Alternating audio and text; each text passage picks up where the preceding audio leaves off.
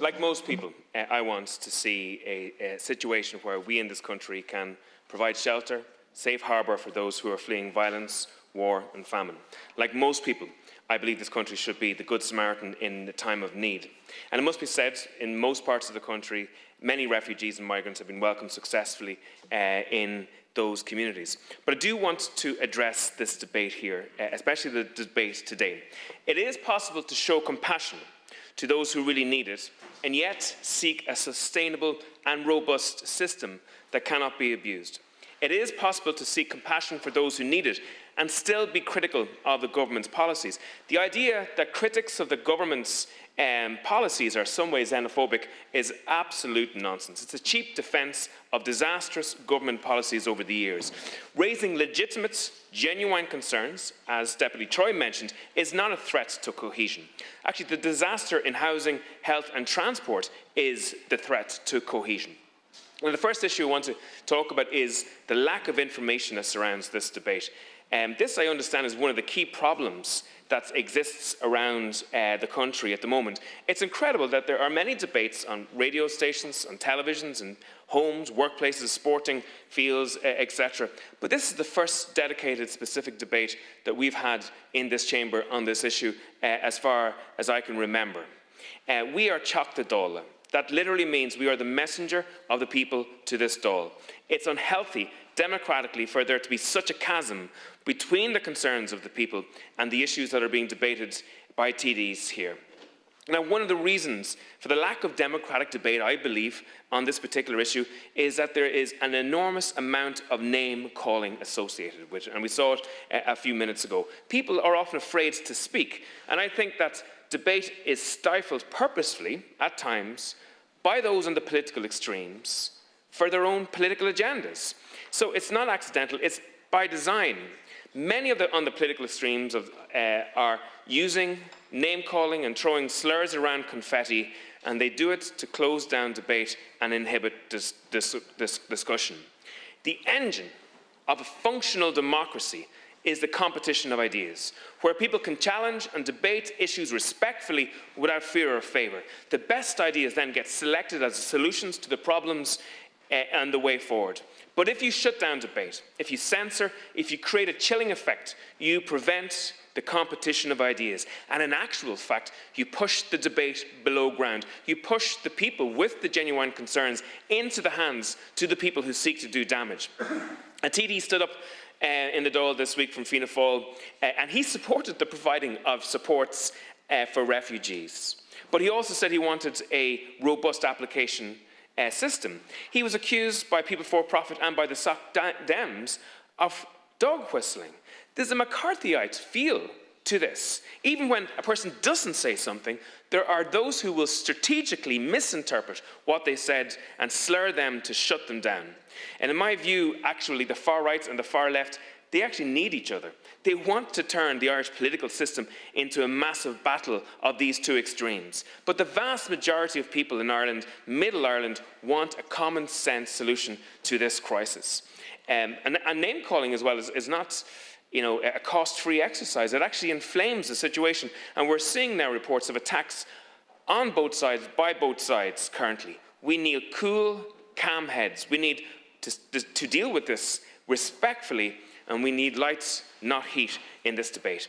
Now, as I said, most people want to help in these areas, and there's plenty of great organisations that have been helping, and we pay credit to the churches, the grassroots communities, the clubs, the organisations who are on the ground helping those integrate. The issue of consultation, Minister, is a really important issue. There is a complete lack of consultation happening in many areas, and people need to be treated with respect. They need to be treated as adults. They need to be listened to and spoken to. And actually, I believe if you give them the information, you're far more likely to have a successful outcome in those situations. I'm thinking of an example, for example, in Loughrea in County Galway, where rumours were circulating on whether or not O'Dee's hotel was going to be used in the town for asylum seekers. People wrote to the local councillors, they wrote to the local TDs. All of them came out vehemently and said there wasn't an ounce of truth to these rumours. Minister Anne Rabbitte actually wrote to constituents, and I quote from the letter, she says, she's been in contact with the Department of Children. O'Dee's Hotel in Loughrea will not play an active role in housing of refugees or IPAS asylum seekers. A couple of days later, Kieran Concannon TD came out and said, actually, that's not true. And that's happening all around the country, where there is no confidence, there's no trust, there's, you're burning trust when you don't talk to people honestly about what's going to happen in their own areas. In Lismore, for example, you had genuine people, annoyed because the hotel in the centre of the town was going to be used to house refugees.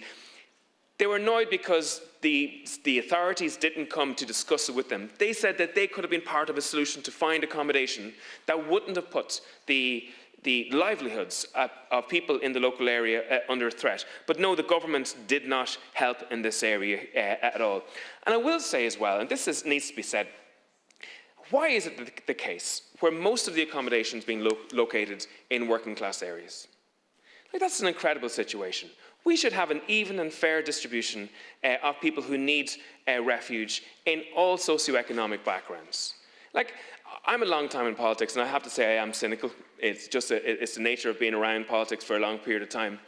But it's hard for me to accept that that's purely accidental, and that's the God-honest truth. Also, we need community dividends for these communities. If you're in a working class area and you're suffering already from the lack of housing, lack of GPs, lack of school places, lack of transport, and the state brings in 500 people into the area that's already deprived with regards to investment, that is going to cause stress amongst some people. So a community dividend, an investment, real time, into housing, into education, into transport, into GPs, that will ameliorate that stress. Now, the government has spoken about the 50 million euros Community Recognition Fund. I'd like to ask the question, how much of that has actually been spent? I bet you, Minister, and I'm not wrong here, that zero has been spent at this moment in time. And it'll be very, very slow in rolling that money out, because that is the way this system works. The application process is also shockingly slow. And this is not good for the people who are seeking asylum, and it's definitely not good in relation to scarce resources.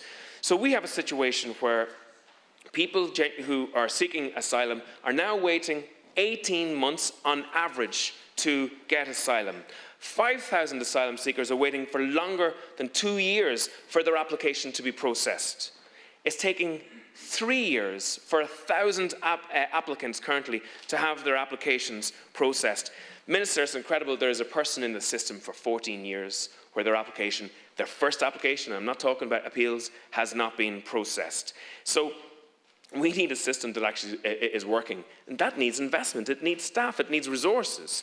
Now, News Talk reported that 5,000 asylum seekers arrived in Ireland without valid travel documents last year, 40% of the number of people who come into this country. Now, I'm not saying for a second that all of these 5,000 people are not real in any ways whatsoever, but the truth of the matter is that this figure is higher than the total figure going into the Netherlands without documents or on false documents, even though the Netherlands has a population 3 times what we have in this state. So all we're saying is people want the system to be robust. It wants a system that can differentiate in a speedy fashion between those who need it and those who don't.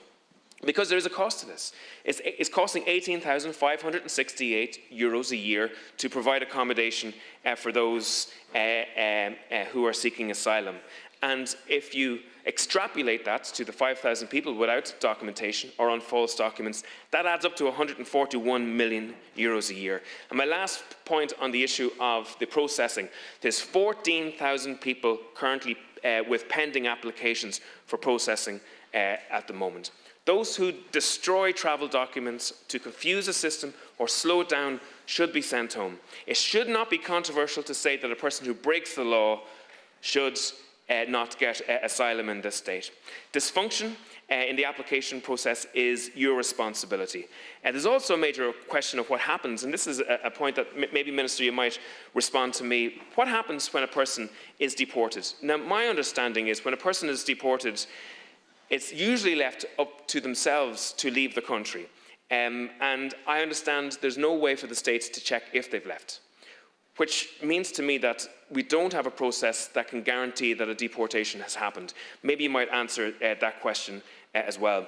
if we're going to provide services, and I believe we should, and resources for people who seek asylum, they should also be available to Irish people in need. Because if we differentiate between Irish people and newcomers, we're going to sow division within society as well.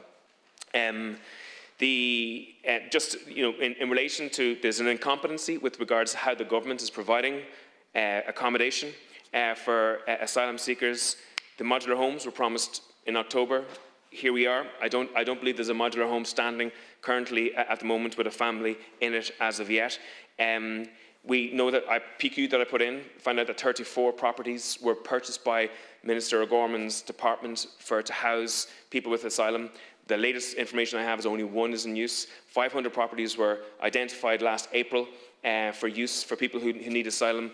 Minister O'Gorman went on prime time just before November and said that only 10 of those 500 were in use. 85% of the people who offered their own accommodation, a room in their own house to help somebody in asylum, were never activated. I have people still contacting me, said that they put their name down last April, willing to give a room in their house, and nobody's come to them still, even though I've phoned the authorities to try and make that happen. So there's a major difficulty in relation to that. And just in the few minutes, the minute that I have left, I want to talk about the issue of unaccompanied minors. And this is a really important issue. I understand that there are 208 children currently in the state who have been granted protection or who are applying for protection. And these obviously are the most vulnerable people. These are the people who, your heart would absolutely break for, that they have left war, they're on their own in this country without the support of their parents. I understand that some of them are in residential care, foster placements, etc. But 45 unaccompanied children went missing in the state since 2017. Minister, 45 unaccompanied children went missing in the state since 2017. And the PQ that I just got back in the last couple of days have indicated to me that there's actually 10 children unaccounted for who are unaccompanied minors in this state.